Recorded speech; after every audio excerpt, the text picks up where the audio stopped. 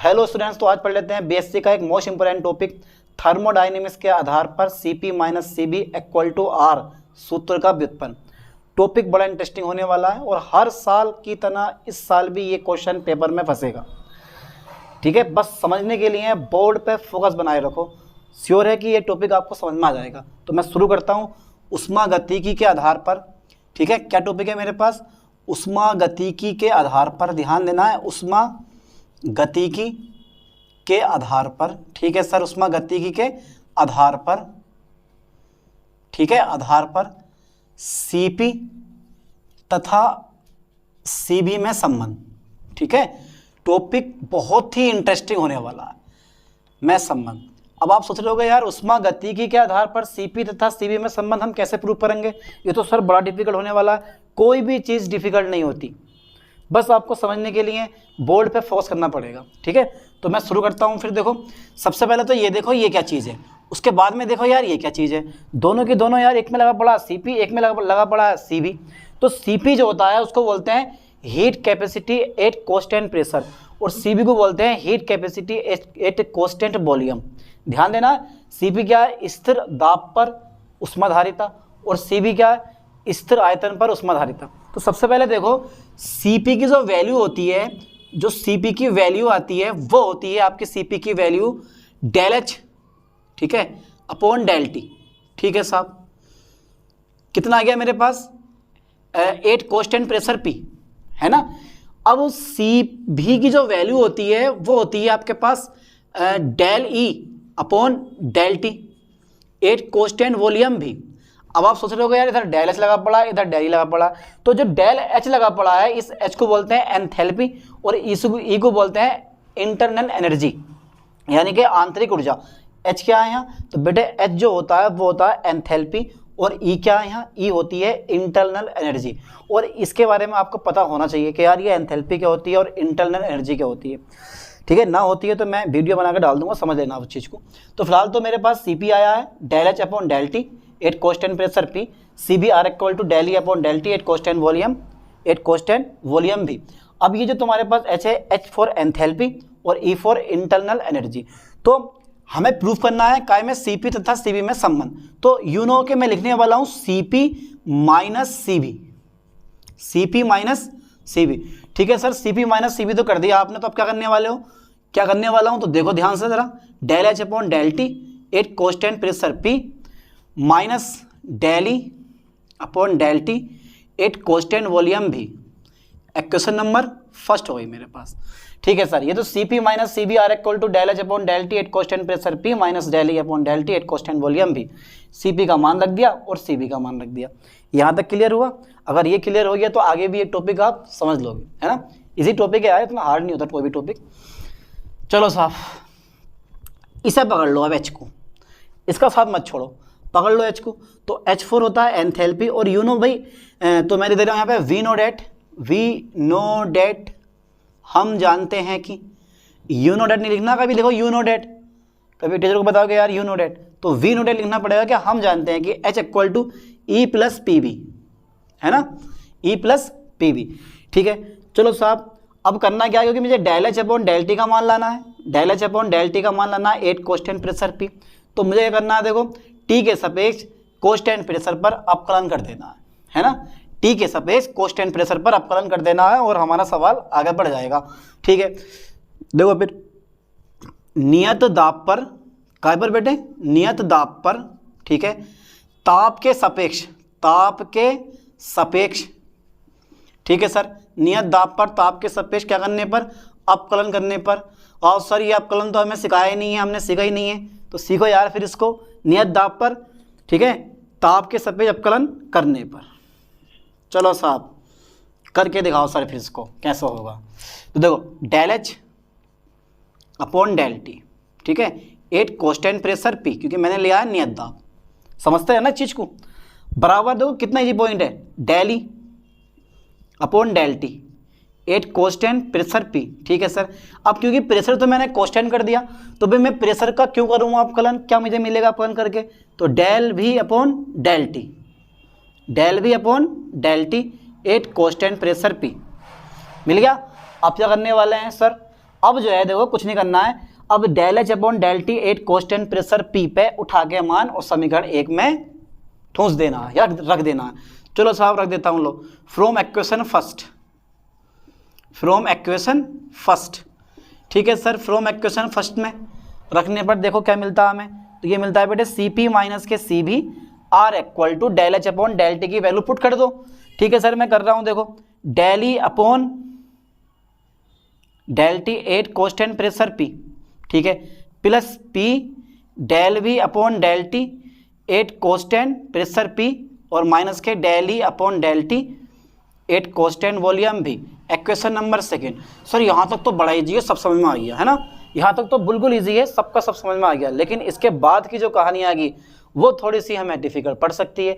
अब देखो आप जानते हो कि यार अब निकालना हमें इसका मान, ठीक है, ये माइनस का चिन्ह लगा पड़ा, इसकी वैल्यू फाइंड करनी है हमें बेचारे की, इसको ख़त्म करना है हमें। तो इसको ख़त्म करने के लिए आप जानते हो कि जो इंटरनल एनर्जी होती है वो टेम्परेचर एंड वॉल्यूम की स्टेट फंक्शन होती है। मैं यहाँ लिखने वाला हूँ, ठीक है, जो मेरे पास क्या है इंटरनल एनर्जी है, ठीक है, इंटरनल एनर्जी, ठीक है, वो टेम्परेचर एंड वॉल्यूम की स्टेट फंक्शन होती है। क्या होती है बेटे? स्टेट फंक्शन होती है। ठीक है सर, स्टेट फंक्शन होती है, तो बताओ ज़रा कैसे करोगे इसको आगे हल। जब इतना हो गया तो घबरा क्यों रहे हो, आगे भी हो जाएगा, क्यों?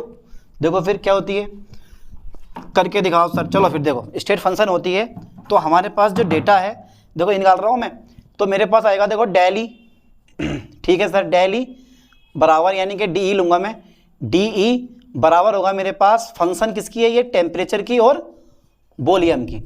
जो मेरे पास इंटरनल एनर्जी है वो temperature and volume, temperature T M मतलब टेम्परेचर एंड वॉल्यूम की क्या है, स्टेट फंक्शन होती है।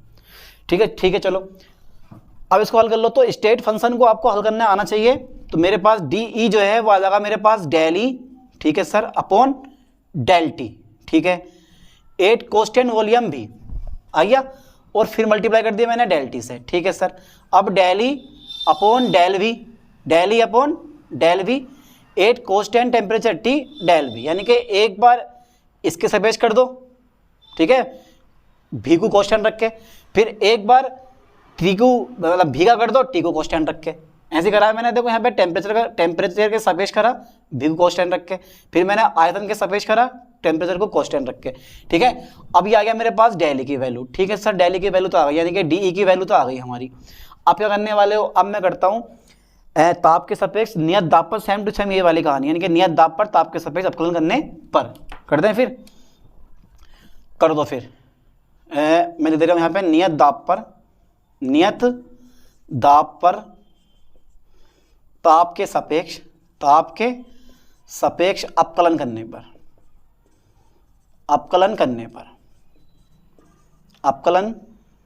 पर, ठीक है सर, कर दो, हम भी तैयार हैं करने के लिए। तो देखो फिर, तो मेरे पास जो ये डेल ई है ये आ जाएगा, डी की जगह आ जाएगा मेरे पास डेल ई, ये जो डी बनाया मैंने डेल ई आ जाएगा del T at constant pressure P, del E upon del T at constant pressure P, क्योंकि इसी का मान हमें फाइंड करना था, ठीक है भाई, बराबर हो गया मेरे पास del E upon del T, ठीक है सर, एट कांस्टेंट वॉल्यूम भी। अब क्योंकि डेल टी के सपेश कर रहे हैं हम, तो डेल टी से डेल टी हमारे पास, यानी टेम्परेचर के सपेश अपकलन करने हैं, तो डेल टी से डेल टी कट जाएगा हमारा, प्लस आ जाएगा मेरे पास del E upon del V at constant temperature T, ये आ गया मेरे पास कितना बेटे, del V upon del T at constant temperature T, ठीक है। ये डेटा मेरे पास आ गया सबका सब इतना, ठीक है। एक बार चेक कर लेते हैं कि सर ठीक है गलत है, बिल्कुल ठीक है, स्टेट फंक्शन है, मेरे पास टेम्परेचर टी आता है, del E upon del V at constant temperature T, सही है बिल्कुल ठीक। यहाँ तक मेरे पास दोनों टी आ गए, ओके। इसके बाद देखो जरा, फिर इसके बाद क्या होने वाला है। अब इसके बाद जो है देखो, अब ये जो मान है ना, यानी कि जो समीकरण हमारे पास दो है, अब इसकी जगह लगा दो del E upon del T at constant pressure P की जगह आप इसकी ये वाली वैल्यू पुट कर सकते हो, यानी कि फ्रॉम इक्वेशन, किससे बेटे, फ्रॉम इक्वेशन, चलो सोल्व ले दे रहा हूँ मैं, फ्रॉम इक्वेशन सेकेंड, ठीक है सर, बड़ा अच्छा समझ में आ रहा है ना।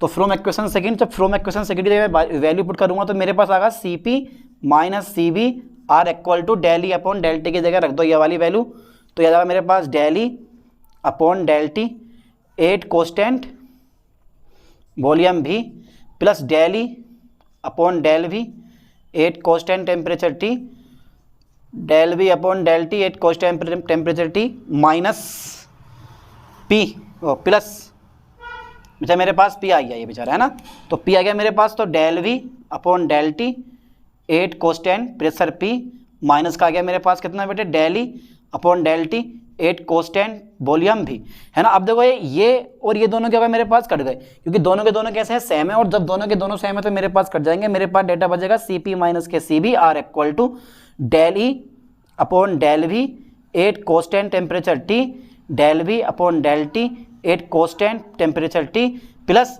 मेरे पास रह गया P del V upon del T 8 constant pressure P। Equation number वही मेरे पास थर्ड, यहाँ तक क्लियर हुआ, ठीक है। इक्वेशन मेरे पास कौन सी आ गई बेटे, यहाँ पे थर्ड आ गई, ठीक है सर, इक्वेशन थर्ड आ गई। इसके बाद क्या करने वाले हैं हम, इसके बाद यूँ जानते हो क्या आइडियल गैस इक्वेशन क्या होती है आपकी, बताओ ज़रा, आइडियल गैस इक्वेशन क्या होती है बताओ। तो आइडियल गैस इक्वेशन होती है PV बराबर RT, PV बराबर nRT, बस वही मैं 1 मोल गैस के लिए मैं लगाऊंगा, यानी कि 1 मोल आइडियल गैस के लिए आइडियल इक्वेशन में लगाने वाला हूँ यहाँ पे। तो देखो 1 मोल, ठीक है, आदर्श गैस के लिए, आदर्श गैस के लिए, आदर्श गैस के लिए, यानी कि 1 मोल आइडियल गैस के लिए, ठीक है। तो PV बराबर होता है वो मेरे पास कितना होता है बेटे, RT होता है। PV बराबर क्या होता है, RT होता है। अब मुझे लाना है ये लाना, तो मुझे क्या करना पड़ेगा, तो ताप के सापेक्ष नियत दाब पर ताप के सापेक्ष फिर से मैं क्या कर दूंगा, अपकलन कर दूंगा। तो मेरे पास आ जाएगा P बराबर del V upon del T 8 constant pressure P। Pressure को कांस्टेंट रखो और ताप के सापेक्ष क्या कर दो, आयतन का अपकलन कर दो, ठीक है। तो हमारे पास ये आ जाएगा, इसके बाद देखेंगे आगे, पहले यहाँ तक कर लें स्क्रीनशॉट।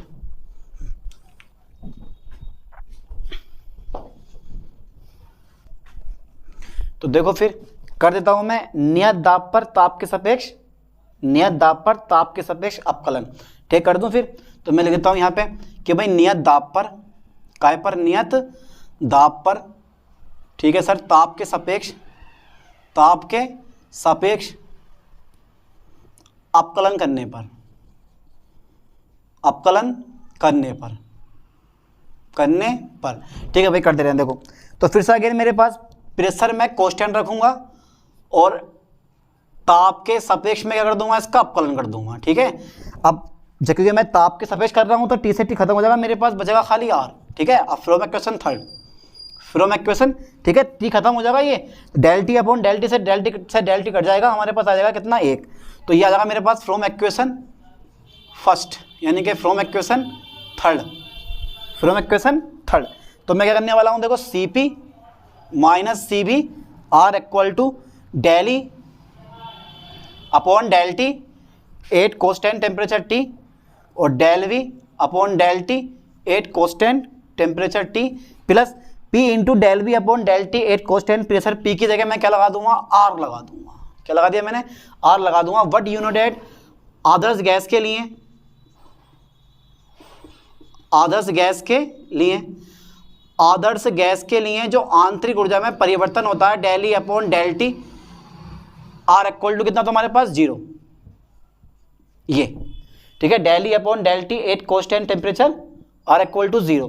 तो आइडियल गैस के लिए del E upon del T 8 constant temperature T पे कितना होता, तुम्हारे पास 0 होता। तो ये पूरा टर्म कैसे हो गया, मेरे पास 0 हो जाएगा। जब पूरा टर्म मेरे पास 0 हो जाएगा तो मेरे पास क्या बचेगा, सिर्फ Cp माइनस के Cv R इक्वल टू, ये पूरा टर्म कैसे हो गया, मेरे पास 0 हो गया, ठीक है। तो मेरे पास जब ये 0 हो गया तो 0 गुणा इस पूरा टर्म में गुणा कर दो, तो ये 0 प्लस R बच जाएगा मेरे पास। तो ये आ जाएगा Cp माइनस के Cb R equal to R आ गया मेरे पास, और यही क्या है, Cp माइनस Cb में संबंध है। यही क्या है, Cp माइनस Cb में संबंध है, ठीक है। ये हमारा क्या हो गया, प्रूफ हो गया। ऐसे ही नई टॉपिक के साथ मिलते हैं नई वीडियो में। थैंक्स।